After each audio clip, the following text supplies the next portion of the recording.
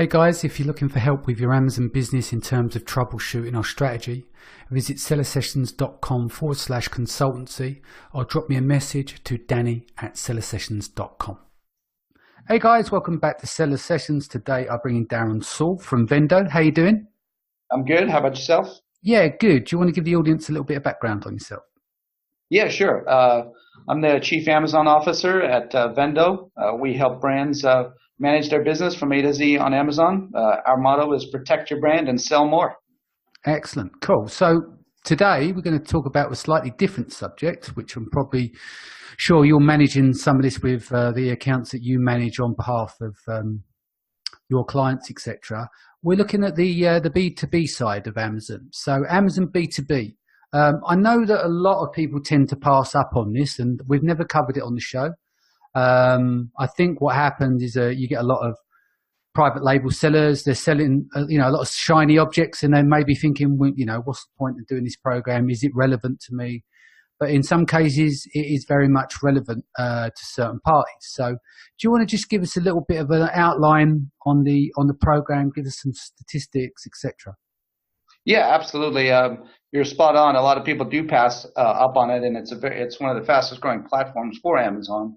It was established back in 2015, and excuse me, 92% of business-to-business buyers are using Amazon to research business purchases, and 82% of them have made a business purchase on Amazon. Currently, Amazon has over 1 million users, business-to-business users. So that's a lot of users. What are they doing revenue-wise on an annual basis? So right now they're up to 10 billion in annual revenue. When they started, in their first year in 2015, they did $1 billion. So pretty fast growth in the last 2 years, and they're expected to get to 20 billion by 2021. Sounds good. Cool. Yeah.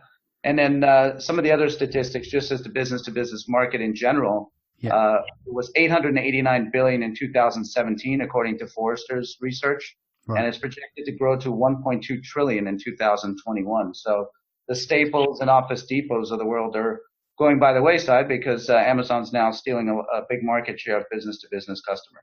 Cool. And in terms of, what platform these business people are on? Are they using more devices like mobiles? Is it desktop because they're business buyers or? Yeah, 61% of them are using mobile devices to purchase the products. And 41% of the buyers say they preferred shopping on mobile versus the desktop. So very interesting, and continues the trend that we see on just Amazon's general purchasing, where I believe it's up to 70% now of most purchases are done on a mobile device anyway. Yeah, so nice. I mean, it's good. When you think of an office environment, you'd expect the research that they're taking place is in daylight hours and not on mobile. It just goes to show that even people with a day job still are working at night. Maybe they're doing their research at home before they go and close the deal into the office once it's got signed off by the bosses or whatever the structure they have in place. One interesting, I think, just what's correlated to that is 73% of those involved in B2B purchasing are millennials. Right. So it makes sense that the generation growing up. Yeah, I think me and you are too old for this stuff, aren't we? I'm 43 in November. What are you clocking in at the moment? I'm 39. I'll be 40 in December. I'm approaching the milestone. Excellent. So you're catching me up. Yep, exactly. Cool. So in terms of enrollment, etc., how does that work? Yeah, it's pretty straightforward. You'll go to the Amazon Business Portal, which you can find either just by Googling Amazon's Business Portal or going to AmazonBusinessServices.com. And it's the same seller fee that you would have under your professional account. There's no long-term contracts. And you actually get some discounted referral fees based on, depending on the category. So it ranges from 8 to 15%, depends on what you're selling inside of the business portal. Yeah. That makes sense. And you said about the discounted fees. What do they range from? Like 5, 10, 15? What's the percentage? Are they similar to what we have in Seller Central? Yeah, they're very similar to what we have in Seller Central, but they do run specials where they're trying to incentivize, obviously, higher range or catalog assortment of certain categories. So just like they did for grocery for a while in the general platform, where they gave you, an 8% referral fee for a time being to get more grocery buyers. They've done the same thing on the business side to give you lower fees to get you to offer a wider range of catalog assortment. Cool. And what type of, if we're looking at the ideal categories of buyers, I mean, people listening to the show, what kind of sector would they fit in for business? What's the most common, would you say? Yeah, well, the funny thing of it is every category is eligible for business. That's just it, is people don't realize you should just make your entire catalog. It doesn't cost you additional once you're selling professionally on Amazon to enroll in the business portal and offer up all of your items as part of the business platform. You just need to come up with a discount structure that you want to offer to business customers. So I should have said, when you're a business customer on Amazon and when you have a business account, you would log into your business portal and you would start seeing business pricing from whichever sellers are offering a business discount on their offers. And it's pretty cool, especially when you see, you think you're getting a coupon of $2 or $3 off regularly, but then you log into business and you're getting an additional 5, 10, 15% off sometimes on some of the larger quantities. Yeah, we're going back to 2015, 16. I do remember signing up for business on one of the products on one of the brands. And I remember uploading some data sheets and writing an additional profile for business users.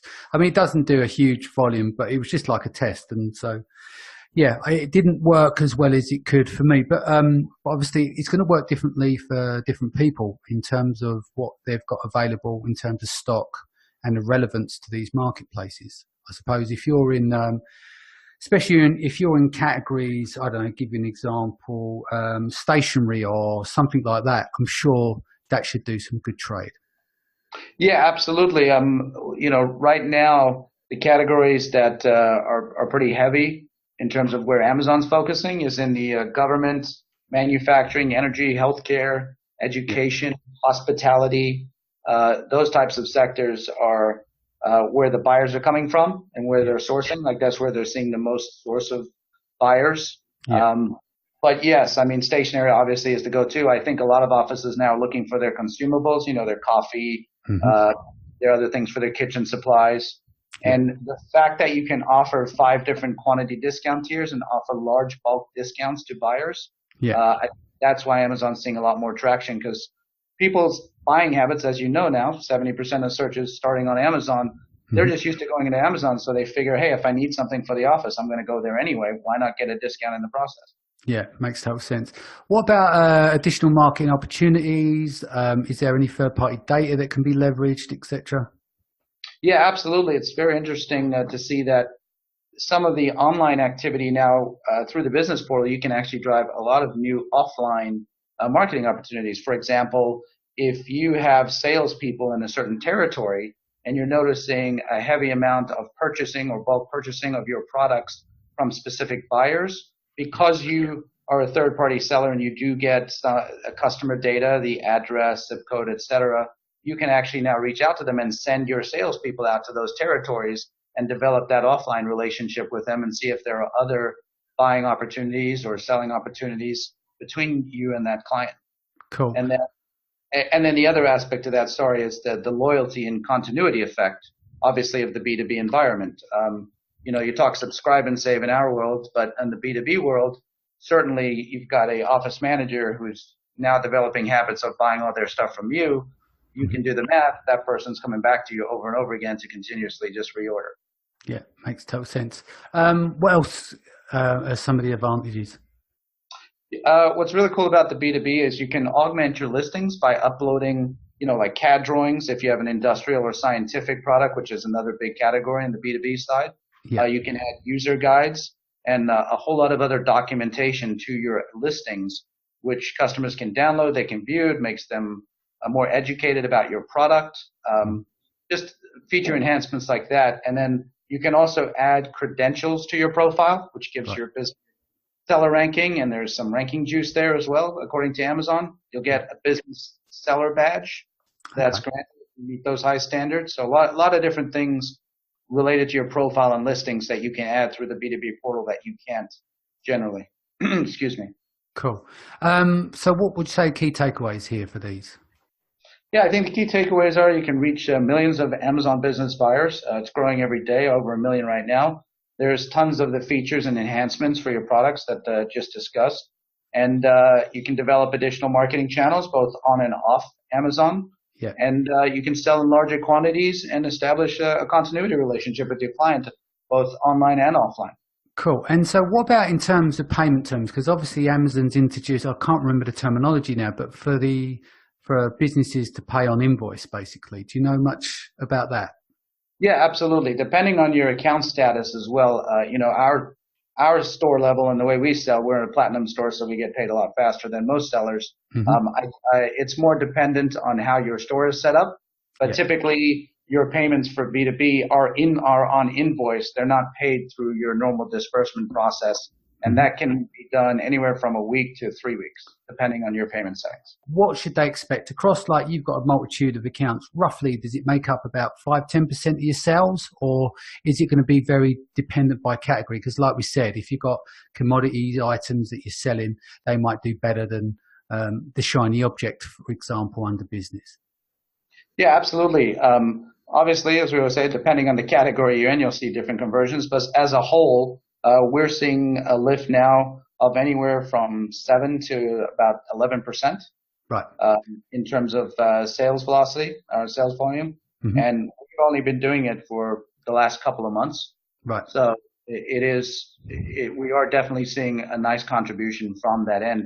And I think that's attributed to the fact that you can do so much more in that platform to enhance your positioning of your products and your seller profile as well. Yeah, so I suppose what plays a role, instead of just pump and dump, you've got to set it up, put your CAD drawings up, put your ISOs up there, put all this information, make it rich in terms of content. So you are putting some weight behind it, because at the end of the day, some people only do 5, 10, 11, 15% of sales on eBay. So it's almost like you can increase a little bit of revenue there without going off platform, for example. Absolutely. Again, we look at it as, when Amazon releases services where you have other marketing opportunities or other channels for which to distribute your products through them, I believe you should full-heartedly explore and take advantage of that because it's there. Why not? Cool. Is there anything you want to add before we go? No, just that we pride ourselves in helping our clients take advantage of all those features and functions. So do you want to tell the audience a bit about Vendo, what you do? Yeah, absolutely. So Vendo is a platform where we actually partner with brands to buy and sell their products through our store, but we give them all the controls that they needed to have if they were going through a Vendor Express or Vendor Central. Cool. Sounds good. And what's the best email to reach you on if anyone's got any questions? They can reach me at Darren, DARREN, at vendocommerce.com. Excellent. Darren, thanks for joining us. Guys, thank you for joining us. If this is your first time, don't forget to hit the subscribe button, and I'll see you again in the next few days. Take care.